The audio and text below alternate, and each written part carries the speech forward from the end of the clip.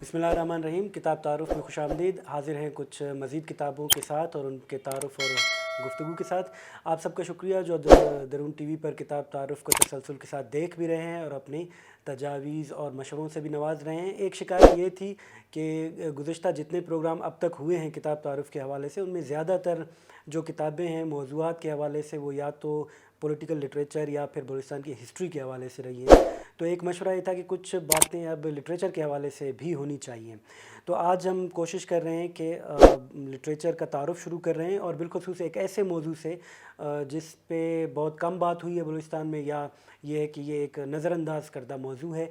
कौन सा मौजू है और इस हवाले से कौन सी अहम किताबें हैं, हम उनके तारुफ़ में क्या करने जा रहे हैं, ये जानने के लिए पहले आप अगर चैनल अब तक सब्सक्राइब नहीं किया तो पहले ये काम कर लीजिए, साथ में बेल आइकन का बटन प्रेस कीजिए ताकि किताब तारुफ़ की तमाम वीडियोस और दरून टीवी की तमाम वीडियोस आपको बर वक्त मिलती रहें। फिर आते हैं हम किताबों के तारुफ़ की तरफ। अच्छा जी, आज का जो मौजू है वो ये है कि बलूचिस्तान में बिलख़ुसूस लिटरेचर और फिर उसमें उर्दू लिटरेचर और ख़ास तौर पर फ़िक्शन के हवाले से ख़वातीन फ़िक्शन निगारों का या अफ़साना निगारों का, नावल निगारों का जो तारुफ़ है 21वीं सदी में जो पिछले एक अशरे में या डेढ़ अशरे में कह लें जो किताबें सामने आई हैं, उनका हम तारुफ़ मुख्तसरन पेश कर रहे हैं। इस सिलसिले में जो पहली किताब सामने आई है ये 2016 की किताब है, अमृत मुराद की गीला कागज़ के नाम से। इसके बैक फ्लैप में तारुफ़ में भी लिखा है कि ये बलूचिस्तान में किसी नए लिखने वाले का अगर दूसरा नहीं तो तीसरा अफ़सानी मजमूआ समझ लें जो 21वीं सदी के अवलिन 15 वर्षों में सामने आए, और सिनफ़ी एतबार से देखें तो इस दौरान किसी खातून का पहला मजमूआ है जो सामने आया है। अमृत मुराद उर्दू की तालबा थी, एमफ़िल की स्कॉलर थी और बहुत ही जवानी में, कोई 32-33 साल की उम्र में ही कैंसर के मूजी मर्ज़ से लड़ते हुए इनकी वफ़ात हुई। 2015 में फ़ौत हुई हैं और इनका जो आखिरी अफ़साना है किताब में भी शामिल है तहकीकी मकाला के नाम से, वो उन्होंने उसमें लिखा हुआ है कि वो उन्होंने अपनी बिस्तर मर्ग पे नामुकम्मल छोड़ा जिसका आखिरी हिस्सा मुकम्मल भी नहीं हो सका।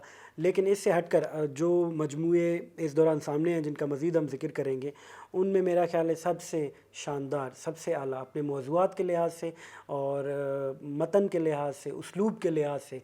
मसलन इनका एक अफ़साना है वर्ल्ड इज़ एम्पटी।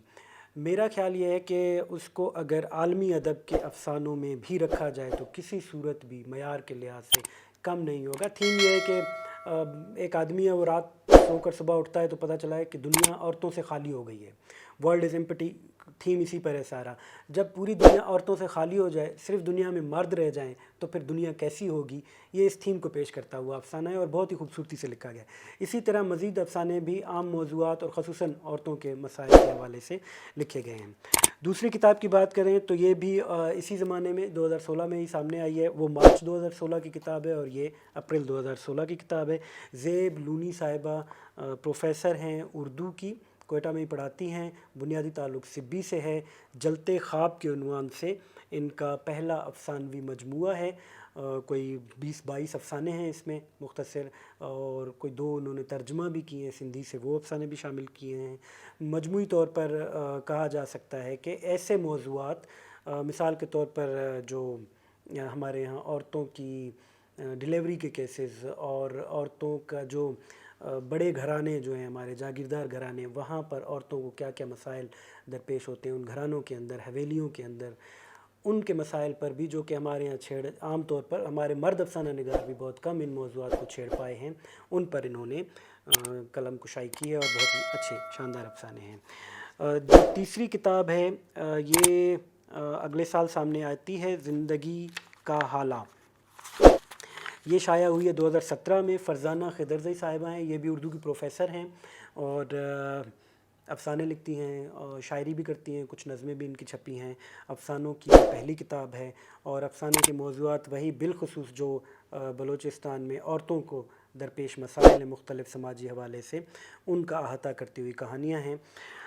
अगली किताब की बात करें तो ये भी इसी साल 2017 में सामने आई है, 3162 ग़ज़ाला भट्ट साहिबा की किताब है।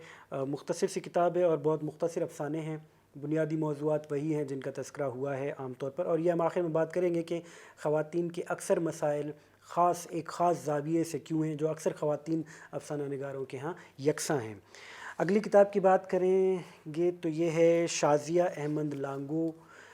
بڑا معروف نام ہے بلوچستان میں، خصوصاً سیاسی سماجی حوالے سے بہت سرگرم رہی ہیں ایک عرصے تک۔ اب کیونکہ ایک طویل عرصے سے نوکری کر رہی ہیں شوران میں، جو سردار یار محمد صاحب کا اسکول ہے اس کو سنبھالتی ہیں، تو اس لیے اب ذرا سیاسی طور پر ان کی سرگرمی کم ہوتی ہے، لیکن ویسے لکھتی بھی ہیں۔ یہ ان کی پہلی کتاب ہے، مضامین بھی لکھتی رہی ہیں لیکن افسانوں کی یہ ان کی پہلی کتاب ہے۔ کہانی آگہی کا کرب ہے، یہ بھی 2017 میں شائع ہوئی۔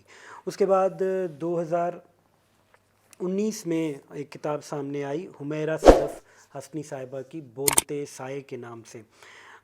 حمیرہ صدف حسنی بنیادی طور پر پروفیسر ہیں فلسفے کی، اور شاعری بھی کرتی ہیں۔ ان کی اردو شاعری کا مجموعہ بھی شائع ہو چکا ہے، براہوی میں بھی لکھتی ہیں تو براہوی شاعری کا بھی مجموعہ شائع ہو چکا ہے۔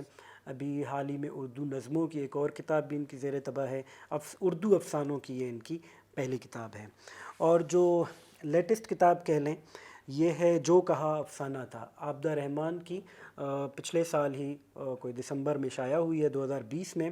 عابدہ رحمان کی پہلی کتاب بھی ایک ناول تھا جو اس فہرست میں شامل کیا جا سکتا ہے جو خواتین فکشن نگار ہیں اس دہائی کی، کیونکہ 2015 میں ان کا پہلا ناول سامنے آیا صرف ایک پل کے نام سے، اور افسانوی مجموعہ ان کا اب شائع ہوا ہے۔ اس دوران ان کی کچھ اور کتابیں بھی ہیں جو انہوں نے ترجمے کیے ہیں اردو سے پشتو میں، مثلا غدار کا ترجمہ انہوں نے کیا ہے، کرشن چندر صاحب کا مشہور ناول ہے۔